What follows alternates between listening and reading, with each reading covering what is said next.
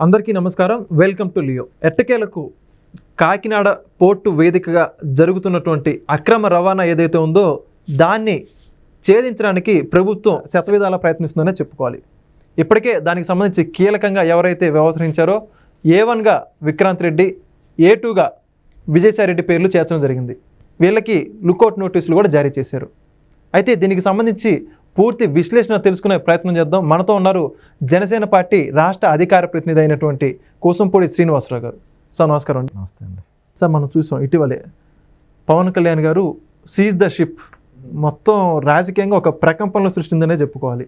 అయితే ఇప్పుడు దానికి సంబంధించి కీలకంగా ఎవరెవరు వ్యవహరించారు, దాంట్లో ఇంకా ఏమేమి అక్రమాలు ఉన్నాయి, కేవలం బియ్యాన్ని మాత్రమే అక్రమ రవాణా చేశారా లేదా ఇంకేదన్నా అని చెప్పేసి ప్రభుత్వం దాన్ని బయటికి తీసినటువంటి పనిలో బిజీగా ఉందని చెప్పుకోవాలి. దాంట్లో ప్రస్తుతానికి A1గా విక్రాంత్ రెడ్డి, A2గా విజయసాయిరెడ్డి పేర్లు చేర్చి వాళ్ళకు లుకౌట్ నోటీసులు జారీ చేశారు. ఏంటంటారు వీళ్ళు ఉత్తరాంధ్ర మొత్తం దోచుకొని దీన్ని కూడా ఎందుకు వదిలిపెట్టలేదు అంటారు? వెంకట గారు, గత 5 సంవత్సరాల్లో అసలు ఆ రాష్ట్రాన్ని ఏ విధంగా దోచుకున్నారో అన్నది అర్థం కాని పరిస్థితిలో ఇంత సీనియర్ నాయకులు కూడా అర్థం అట్లా. అంటే రోజుకొకటి వస్తుంది, తవ్వే కొద్దీ వస్తాయన్నారు చూసారా, ఆ విధంగా వస్తున్నాయి. అంటే మీరు మాట్లాడితే జగన్మోహన్ రెడ్డి ఏమంటాడంటే డీబీటీ అంటాడు. డీబీటీ పథకం ద్వారా నేను ఇన్ని లక్షల కోట్ల ప్రజలకి అకౌంట్లో వేసేసాను, ప్రజలు లక్షాధికారులు అయిపోయారు అనేటువంటి మాటలు చాలా చెప్తా ఉంటాడు. నా హయాంలో మాట్లాడితే ఏమంటాడు, నేనుంటే నేనుంటే నేనుంటే అంటే అసలు నువ్వు ఉండుంటే గత 5 సంవత్సరాలు నువ్వు ఉన్నావు. 5 సంవత్సరాల్లోనే చేసినటువంటి కార్యక్రమాలు ఒక్కొక్కటి వింటుంటేనే భయం వస్తుంది.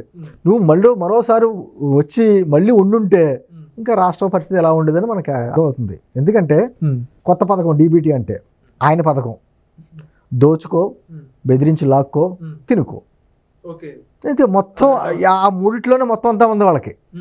ఏ వ్యవహారం చూడండి, అది భూముల పంపిణీ కావచ్చు, పేద ప్రజలకు భూముల పంపిణీలో జగన్ అన్న కాలనీలు అన్నారు, ఇళ్ళ పట్టాల గురించి అనొచ్చు, లేకపోతే ఏ పథకం చేసినా గత ప్రభుత్వంలో చేసినటువంటి ఏ స్కీమ్ అయినా ఒక స్కామే. ఏ స్కీమ్ కదిపినా దాంట్లో ఒక స్కామ్ కనపడుద్ది. ఒక్కటి కూడా పారదర్శకంగా లేదంటారా? ఎక్కడుంది ఉంటే ప్రజలకు అర్థమైంది. నిజంగా రాజకీయ నాయకుల కంటే ముందు బాగా అర్థం చేసుకునేది ఎవరంటే ప్రజలు. వాళ్ళు తెలివైన వాళ్ళండి. వాళ్ళు చక్కగా ఏంటంటే వాళ్ళకి అర్థం అవుతుంది దాని ఎఫెక్ట్ ఏంటంటే వాళ్ళ ఇంపాక్ట్ వాళ్ళ మీద పడుతుంది కదా, అందుకని వాళ్ళకి తెలుస్తుంది ఏంటన్నది. ఇక కాకినాడ పోర్ట్ అంటారు, మాది గోదావరి జిల్లాలే.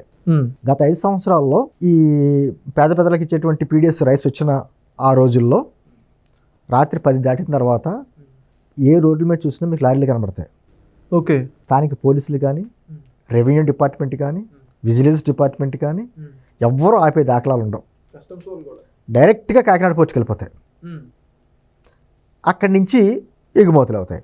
ఎప్పుడైతే గత 5 సంవత్సరాల్లో మేము పదే ఈ విషయం మాట్లాడటం జరిగింది, కాకినాడ పోర్టుగా చాలా అక్రమాలు జరుగుతున్నాయి, అధికారులను కానీ రాజకీయ నాయకులను కానీ ఎవరిని ఇక్కడ పోర్టులో కూడా అడుగు పెట్టలేనటువంటి పరిస్థితులు తీసుకొచ్చారు. మనకు ఋషికొండ బాగా గుర్తు. ఋషికొండలో చూసారు, ఆ బిల్డింగ్ కట్టుకున్నప్పుడు చుట్టుపక్కల మీడియాని కానీ ప్రతిపక్ష పార్టీకి ఎవరైనా రానివ్వకుండా బంధించారు చూసారా, మొత్తం క్లోజ్ చేశారు. సేమ్ అలాగే కాకినాడ పోర్టుకి ఎందుకు జరుగుతుంది, అసలు ఏం జరుగుతుంది దాంట్లో అనేది పెద్ద మన క్వశ్చన్ మార్క్. మనం ఏమనుకునేవాళ్ళం అంటే సరే బియ్యం అక్రమణ జరుగుతుంది అనేది అంతవరకే మనకి తెలిసిన బయటకు వచ్చినటువంటి సీన్ అది. కాకపోతే మొన్న పవన్ కళ్యాణ్కి వెళ్ళిన తర్వాత ఏం జరుగుతుంది, అసలు ఓన్లీ బియ్యం ఒకటి ఎక్స్పోర్ట్ అవుతున్నాయా లేకపోతే ఇంకేమైనా ఇంపోర్ట్ అవుతున్నాయా, RDX లాంటివి ఇంపోర్ట్ అయిపోతున్నాయా, దేశ భద్రతకు సంబంధించింది నేవీ కదండది. అందుకని ఏం జరుగుతుంది, రాష్ట్రంలోకి ఏ గంజాయి వస్తుందా, డ్రగ్స్ వస్తున్నాయా, RDX లాంటి ప్రమాదకరమైన వస్తువులు వస్తున్నాయా ఏంటి అంటే ఆయనకు కూడా గత 5 నెలల నుంచి వెళదామంటే వెళ్ళలేకుండా ఏదో కారణాలు పెట్టి చెప్పడం, ఆఖరికి ఆయన వెళ్దామంటే SP గారు సెలవు పెట్టుకు వెళ్ళిపోవడం.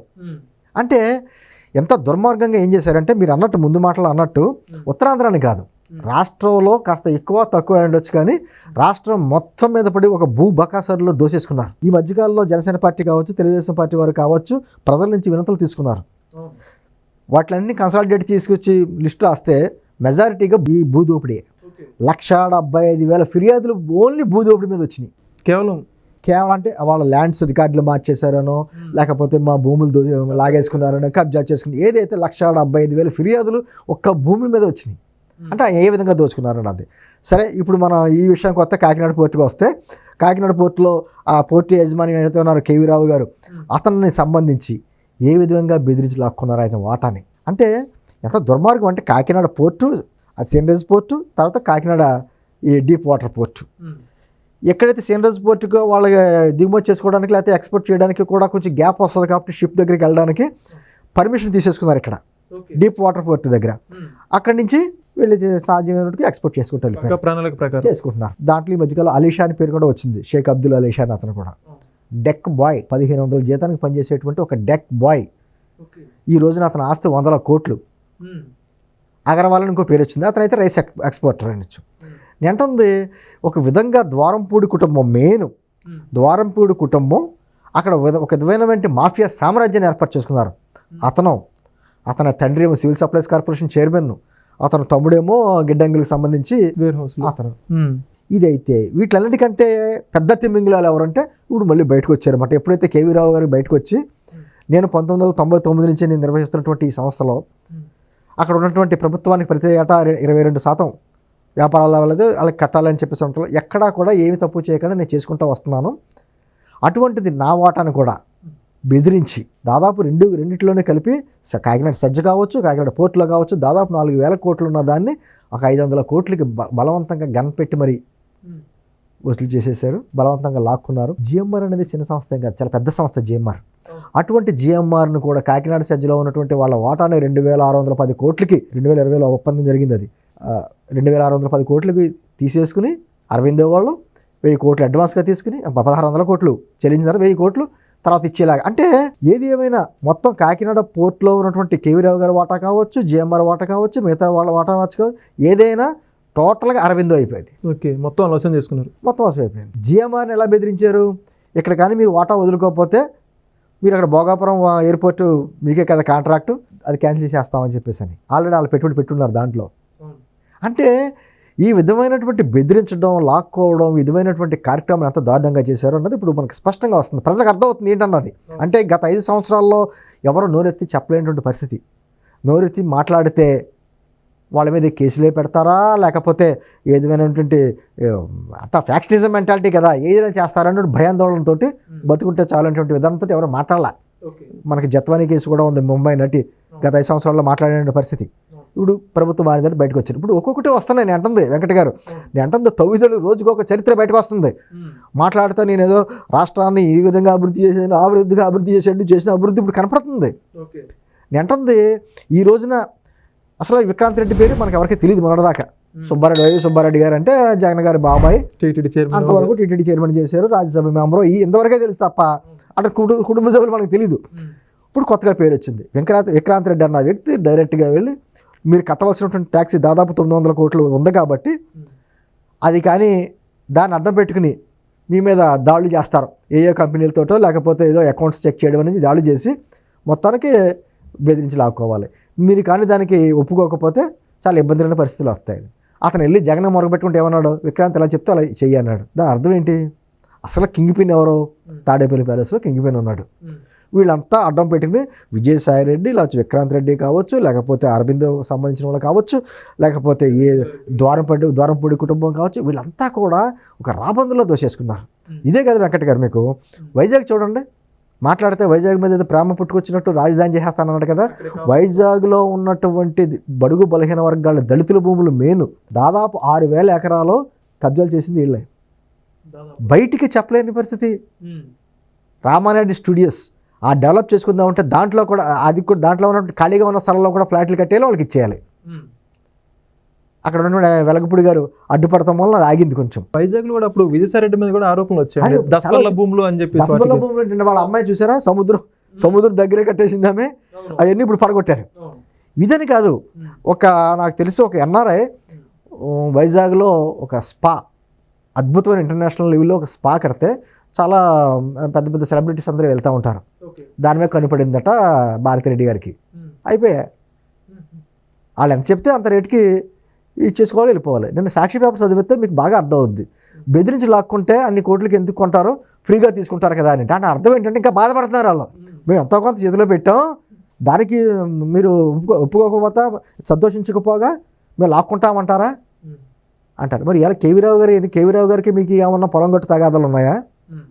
అతను పడ్డ బాధ, ఆవేదన, అతని కష్టం అంతా నీరుగారిపోయిన తర్వాత ఆ రోజు మాట్లాడిన పరిస్థితిలో ఈ రోజుకి వచ్చి ఆయన కేసు పెట్టడం జరిగింది.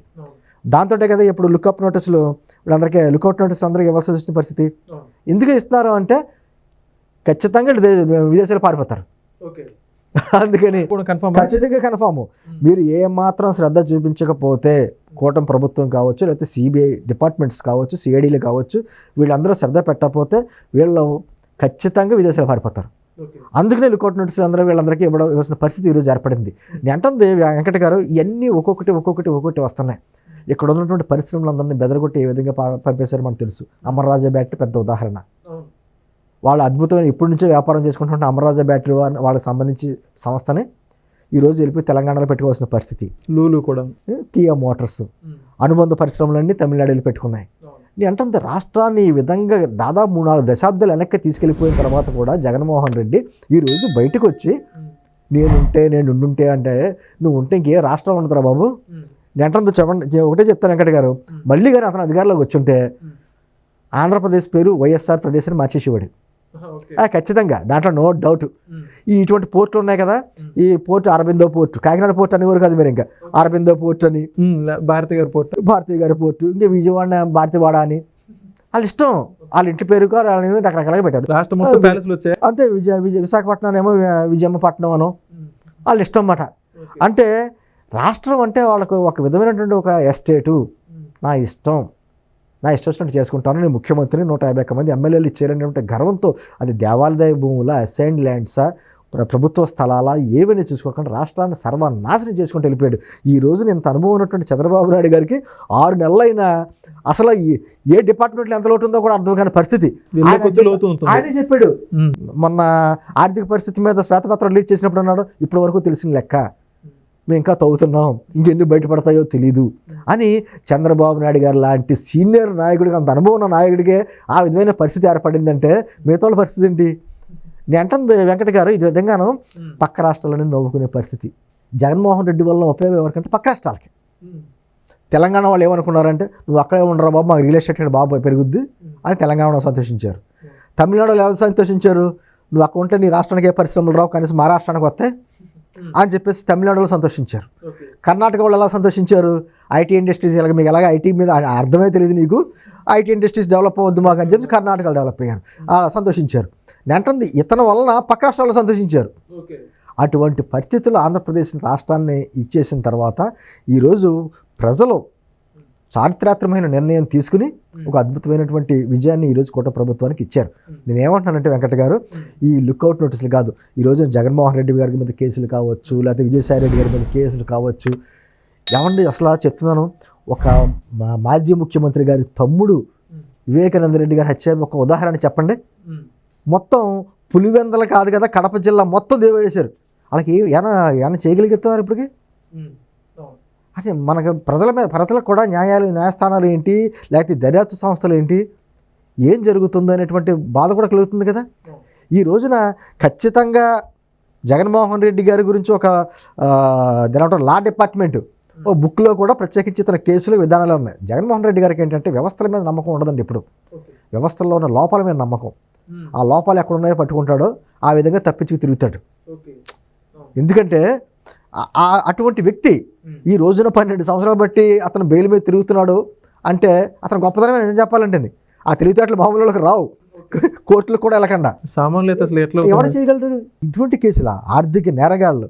మీకు చిదంబరం గారని కాంగ్రెస్ పార్టీ లీడర్ ఉన్నారు కదా, ఆయన కేసు ఢిల్లీ కోర్టులోని వాదించినప్పుడు అక్కడ ఉన్నటువంటి జడ్జి ఆ ప్లేడర్ లాయర్ గారు ఒక మాట మాట్లాడాడు, ఆర్థిక నేరగాళ్ళు చాలా తెలివిగా వ్యవహరిస్తారు దొరకకుండా.